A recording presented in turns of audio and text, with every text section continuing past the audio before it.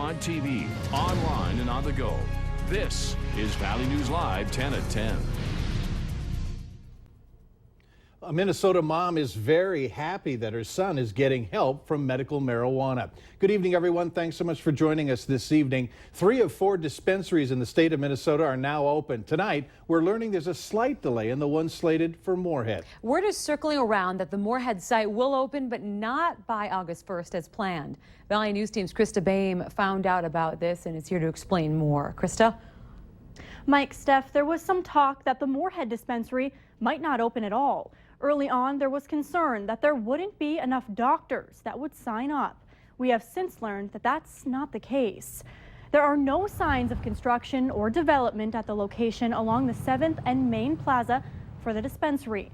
But Minnesota Medical Solutions says the shop will still open sometime late this summer, but can't provide us with a definite day. Minnesota Medical Solutions says it's a matter of getting work done with contractors for the renovation. So far, 298 healthcare practitioners have been approved to certify patients in Minnesota, with only 183 patients approved in the state registry. Both Moorhead Police and City Hall also say plans are still in place, though they haven't been updated with any information or with a specific date for a few weeks. Okay, Krista, thank you. Yesterday, a dispensary opened in Rochester. 2 others, one in Minneapolis and the other in Eagan, are already up and operating. Confusion and disappointment after a 5K run scheduled for tomorrow in Fargo was canceled. A couple dozen people have been left in the dark after preparing for the Electric Glow Run. A local woman called our whistleblower hotline wanting and saying that it's the day before the run and the company won't respond to any information, hoping we could investigate. Well, shortly after the interview, the company did email her saying it is canceled and indicated that runners would be getting their money back. This has never happened before. All the 5Ks that I've done have been very well run and very professional and been very good experiences. So this is different. I'm just disappointed. I'm not angry or upset. I'm just disappointed. We did reach out to the Electric Glow Run. We have not heard from anyone. Get to know your neighbors. That from a West Fargo apartment manager after a man was found lurking nearby. Now, the manager posted signs warning of a possible predator. As Valley News Team's Macy Enger explains, officers say this isn't an isolated problem. It could happen in your own backyard.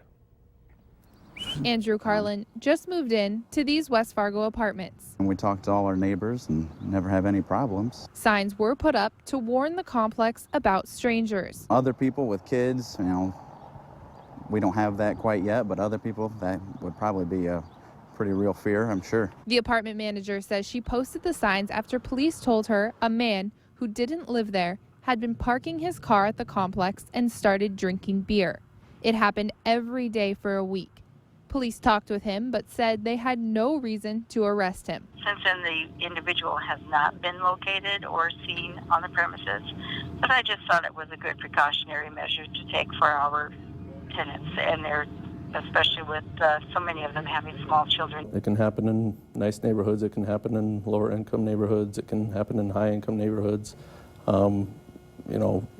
Especially as far as burglaries and car break-ins and stuff like that, they happen all over the city. West Fargo police officers say if you see a sign like this and want to know more information, you can call for details under open records law. Our calls have increased since last year, and they keep increasing each year. Everywhere's got its goods and bads, and this place seems to be a lot more on the upswing than down. Carlin says he'll be keeping an eye out and says he hopes his neighbors do the same.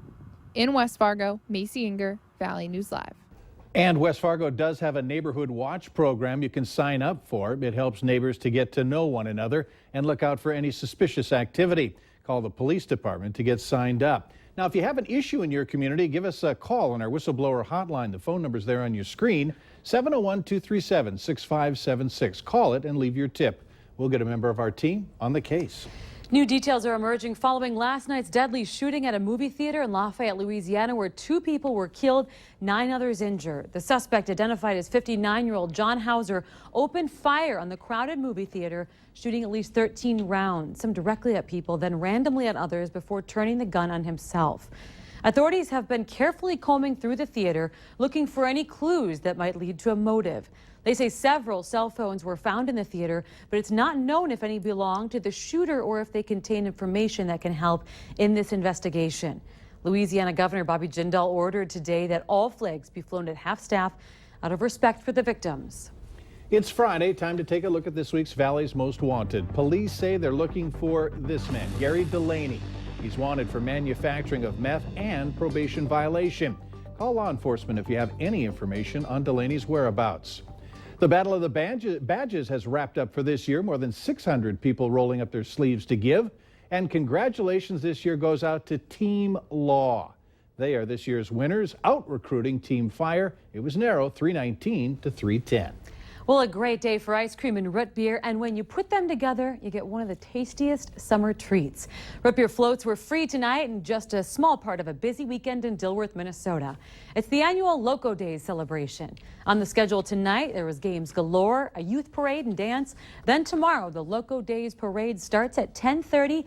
And there's an adult dance at 9. And who could go through Dilworth without sampling the community's famous Italian food? That's Saturday night, too. You can get the complete schedule by going to the Loco Days website. Well, some of you may have skipped out of work and other things today early to take full advantage of our great summer day. Others took some time to share. That's what more than a dozen students and staff from Moorhead's Rasmussen College did. This was the school's annual Community Service Day. They helped an organization that helps thousands of people, the Food Bank. The task this day to sort, label, and pack donations. This is the 7th year that Rasmussen has given back to the community by reaching out to help others. Valley News Live is hitting the road, and we'd love to meet you. Join us as we ride the rails of the Red River Valley and Western Railroad. It's happening this upcoming week, July 27th and 28th. Our team will be doing our newscasts live from the train. We'll be stopping in 8 towns over the 2-day trip. On Monday, we start in Breckenridge, then go to Kindred, Castleton, and then on to Lisbon. And on Tuesday, we'll be live from the towns of Lemoore, Verona, Oaks, and Gwinner.